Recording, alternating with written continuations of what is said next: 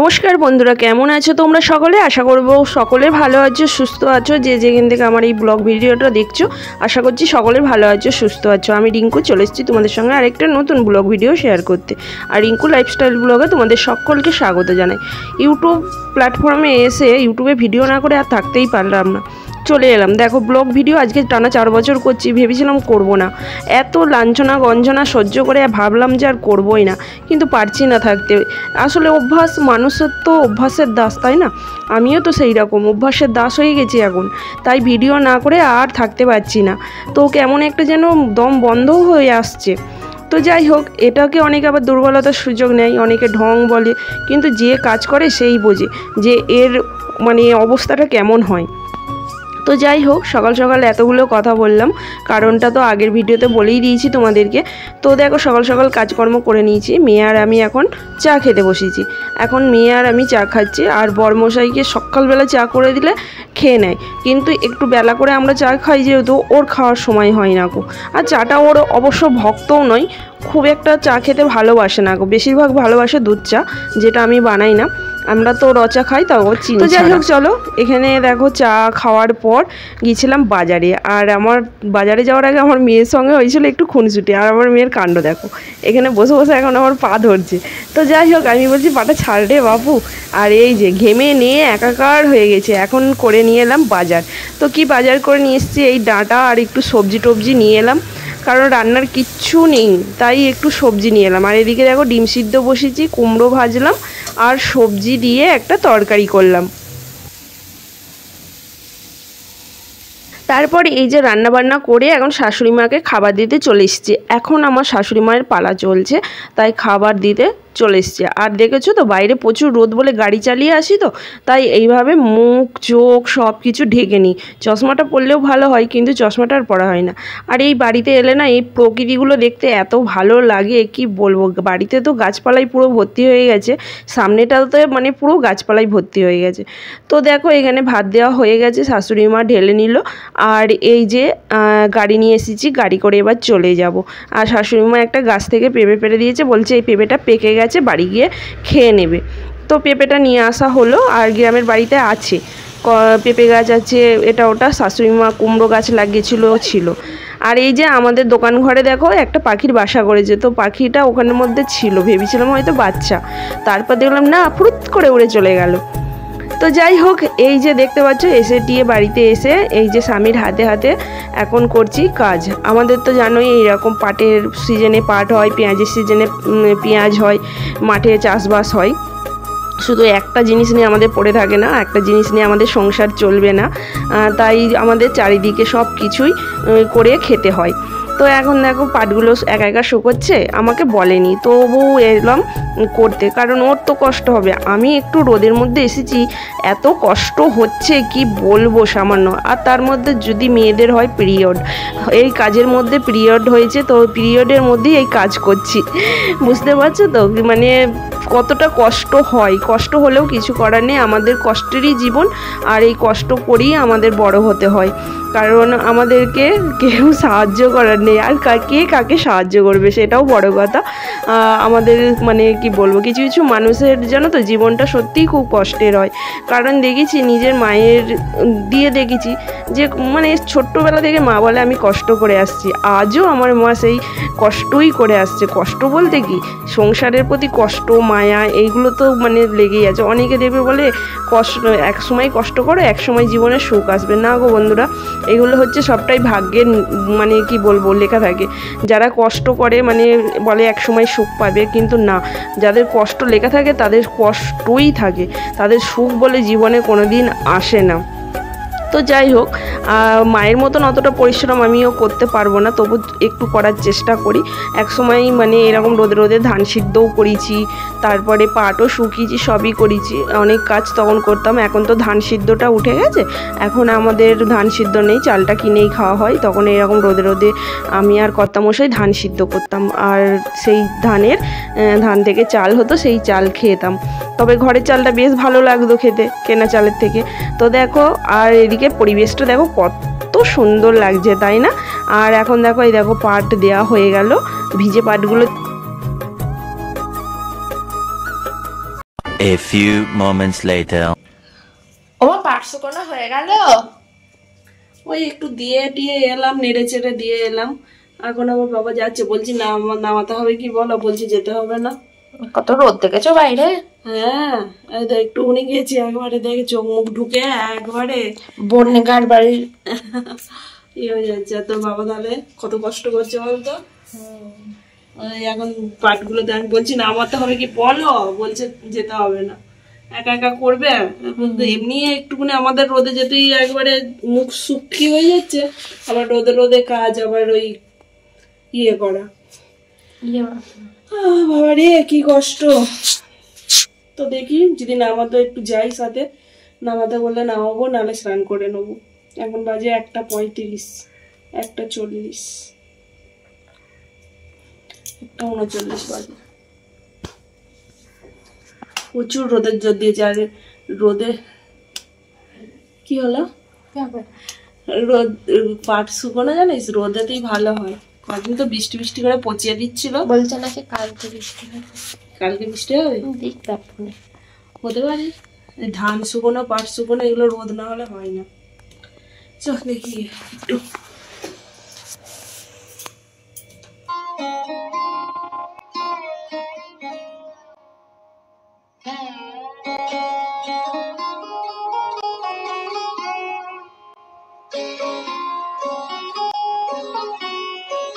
তো স্নান টান করে এসে দেখো বিকেলবেলা করছি রুটি। আজকে দুপুরবেলা ভাত খাবো না, দুপুরবেলা বলতে একবার ভাত খেয়েছি। আর ওই হাঁড়িটাই ভাত করলে শাশুড়ি মাকে, মানে শাশুড়ি মা, বড়মশাই, মেয়ে, সকালবেলা সবাই খেলে দুবার করে হয় না। তো ওদের দুজনাকার মতন ভাত রয়েছে।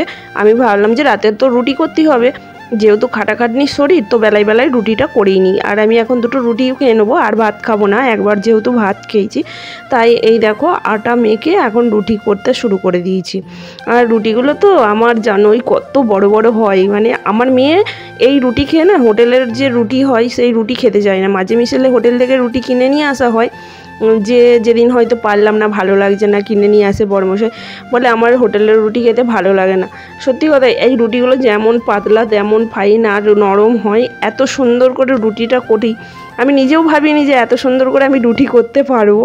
এক সময় ধরো সব কিছুই পারতাম না, এগুলো তো কোনো কিছুই বাপের বাড়ি থেকে শিখে আসা হয় না, মানে শ্বশুরবাড়িতে এসেই সব কিছু শেখা হয় মেয়েদের, সব মেয়েদেরই, আমার বলে না, দেখবে শ্বশুরবাড়িতে এসেই দেখবে সব কিছু কাজকর্ম সব কিছু শেখে।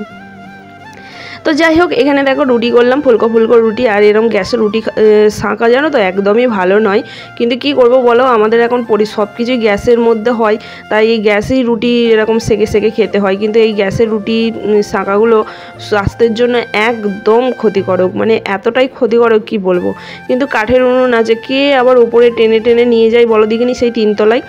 তো এই ভয়েতে এখন এই করে ফেলি। এই দেখো সবজির তরকারি করেছি, ডিমের অমলেট আর কুমড়ো ভাজা। আর সবজির তরকারি, কুমড়ো ভাজা আর ডিমের অমলেট দিয়ে খাবো রুটি। আর মেয়েকে দিয়ে দিয়েছি ভাত। দেখতে পাচ্ছ কর্তামশাইয়ের খাওয়া হয়ে গেছে, কর্তামশাইকে খাইয়ে দিয়েছি, কারণ ওকে সবসময় আগে ভাগে খাইয়ে দিই, সবসময় খাইয়ে পেট ভরিয়ে রেখে দিই, কারণ সারাদিন তো প্রচুর পরিশ্রম করে, তাই ওকে খাইয়ে টাইয়ে সবসময় মাথাটা ঠান্ডা রাখতে হয়। তো সন্ধে তো মানে কি বলবো, তো ঘুরে তো পাটকারি বললাম পারবি না যখন ছেড়ে দে। মজা লাগলো কালকে, কাঁদছিলাম তো, কাঁদছিলি, ধরাতে পারছিলি না বলে? হ্যাঁ, ধোয়ার চোখে একবার করে জ্বলছে, যাবার চোখে ধোয়া লাগছে, তারপর ডুবে যাচ্ছে। আচ্ছা নে ধরা, এবার পাটকাঠিটা ফাটিয়ে নিতে হয়। আরে এটা কতবার পুড়িয়েছি তুমি, আমি এখানে নিয়ে যাবো, নিয়ে যাবো। ওই জন্যই তো বলছি পাটকাঠিটা একটু ফাটিয়ে নিতে হয়, একটু ফাটিয়ে নে। হ্যাঁ, বাপরে বাপরে, যুদ্ধ করছে এখন। পাটকাঠিগুলো অত ছোট ছোট করে কুচোতে হয়, নেই বড় বড় করে কুচোতে হয়। ওই তো চলেছে, ধরে যাবে ধরে যাবে, এবার আস্তে আস্তে। না হাঁ করতে হবে না, ধরুক একটুখানি ধরতে দে। পাটকাঠিগুলো একটু বড় বড় করে দিলে কি হয়, মানে তলার দিকে থাকে না। আর একটু ধরুক ভালো করে, তখন খুঁটেগুলো চাপিয়ে দিয়ে হাওয়া করবি।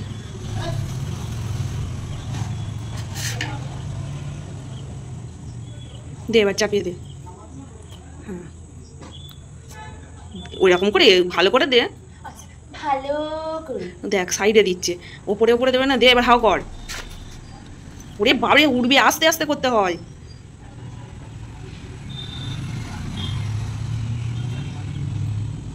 আস্তে আস্তে করে হাও কর। হ্যাঁ আস্তে আস্তে করে হাওয়া কর, দেখ ধরে যাবে। একটু ধৈর্য ধরে হাওয়া করতে হবে। ওর হাত এলে যাচ্ছে, এক হাতে হাতটা ধরে। হাওয়া করেছি।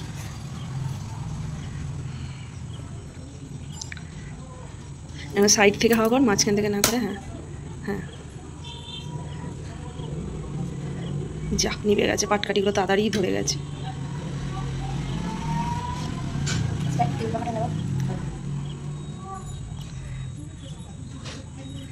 ভাই ভগবান, ধরবে কিনা আমি তাও জানি না আদৌ, কারণ পাটকাঠিগুলো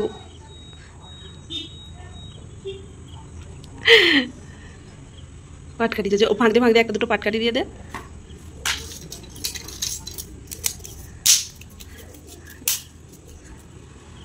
ছোটো ছোটো করে দে, ছোটো ছোটো ওপরে ওপরে দিয়ে দে। ছোটো ছোটো কর ওপরে দিয়ে দে। পাটকাঠি ওপরে দিতে যাচ্ছে ভয়ে, বললাম যে থাক ছেড়ে দে, আবার না করলেও শিখবে না। হাওয়া করে এবার আস্তে আস্তে, ওই দুটো দিয়ে দে, দিয়ে আবার হাওয়া করে। অত জোর জোর হাওয়া করে, আস্তে আস্তে করতে হয়। ওই ধরে গেছে মনে হচ্ছে ঘুটে। এই লম্বা মতো পাটকাঠিটা ফেল, সাইড থেকে হাওয়া দে, তাহলে আর ধোঁয়াটা তোর দিকে আসবে না।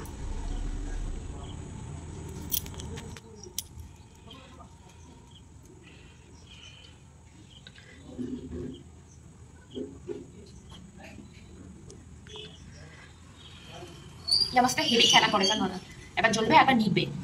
ঘুটেগুলো ইয়ে করে দে, চেপে দে। হেভি মজা দিয়ে দাঁড়াও বলো। এবার হাওয়া কর। কতগুলো ঘুটে দিয়েছিস, একটা না দুটো?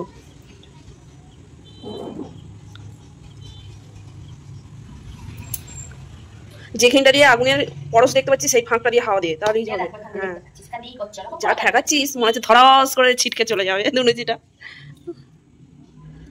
কত নোংরা মোংরা, দেখো কি অবস্থা এখানটায় করেছে ওর কোলের কাছে, ছাইয়ের উকো মুখো উড়ে।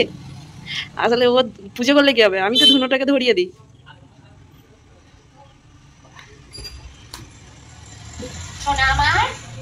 ধরে গেছে মা, ধরে গেছে। আর একটুখানি হাওয়া কর, ধরে যাবে। তলারগুলো ধরে গেলে ওপরেগুলো ধর। হ্যাঁ ওই নিচেটা দিক দিয়ে হাওয়া কর। হ্যাঁ ওই তো ধরে গেছে। আমার ছাদে জামা কাপড় আছে, আনতে যেতে হবে। কয় দেখি ছড়, হাতটা সরা। পাটকাঠিগুলো ধরলো, আর একটুখানি কর। ঘুটেগুলো ভালো করে না ধরলে আবার নিভে যাবে। প্রদীপ জ্বালা হয়ে গেছে, যা প্রদীপ জ্বালে নিয়ে যা। এবার ওই এই ঘুটেটা সোজা করে দে, ধরে গেছে। হ্যাঁ হ্যাঁ ব্যাস, যা ধরে গেছে, আর হাওয়া করতে হবে না। যা পুজো করে নে, সন্ধ্যা দিয়ে দে। ধরে গেছে রে, ধরে গেছে, তোর সন্ধ্যা দিয়ে দিতে ধরে যাবে। যা যা যা, আবার নিভে যাবে না হলে। দে, আরে তোকে পাখা চালাতে লাগবে না, ভালো ধরে গেছে। কাগজটা বের করে দে, মধ্যিখানে দে, সাইডে দিতে লাগবে না, মধ্যিখানে দে। মাঝে ওমা ধুনো দিলি কই? ওই কটা মনে হয় হাতে করে 2 পিস মোটা মোটা দানাগুলো দিয়েছে, মধ্যিখানে দিয়ে অনেকগুলো। এমনিতেই তো পুচকে মতন হাত উঠছেই না, আর একটু দে। পরে দিবি? আচ্ছা ঠিক আছে, যা সেটা বল। হয়তো বাপরে বাপরে, ও পাখা চালাতে লাগবে না, ধরে গেছে ঘুটে। তাহলে ঘুটে ধরে যাবে। আমি ছাদে যাচ্ছি, হ্যাঁ জামা কাপড়টা নিয়ে আসি। এই যে ছাদে এলাম জামা কাপড় তুলতে, সন্ধ্যা হয়ে গেছে দেখতেই পাচ্ছ, প্রচুর পরিমাণ।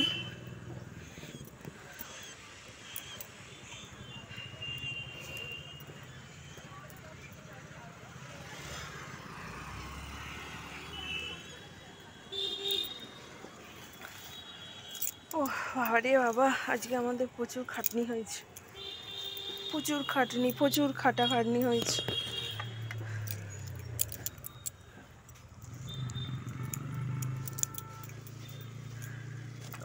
চলো, জামা কাপড় তোলা হয়ে গেছে,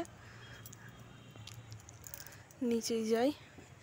আর এই যে এখন দোকানদারের দোকানপাটটি দেখো, সন্ধ্যাবেলা ছাদে এসেছি তো তোমরা শুনতে পেলে পেঁচা ডাকছিল। তো এখানে আমাদের এখানে পাশে একটা পুরনো ঘর আছে, এখানে পেঁচা থাকে। তো সন্ধ্যাবেলা পেঁচা ডাকে। তো দেখতে পাচ্ছ রাতে না পরিবেশটা হেভি ভালো লাগে, চারিদিকে আলো জ্বলে। তো চলো বন্ধুরা, আজকের মতো বকবক এখানেই শেষ করছি। দেখা হবে পরের একটা ব্লগে। ভালো থেকো, সুস্থ থেকো, সাবধানে থেকো, হাসি খুশিতে থেকো। আর ব্লগটা ভালো লাগলে অবশ্যই লাইক করে দিও, শেয়ার করে দিও, সাবস্ক্রাইব করে দিও, আর সকলের মধ্যে শেয়ার করে দিও। চলো টাটা। এখনই আমি ব্লগটা শেষ করে দিলাম, আজকে আর রাত অবধি করলাম না, এখন যাচ্ছি নিচে।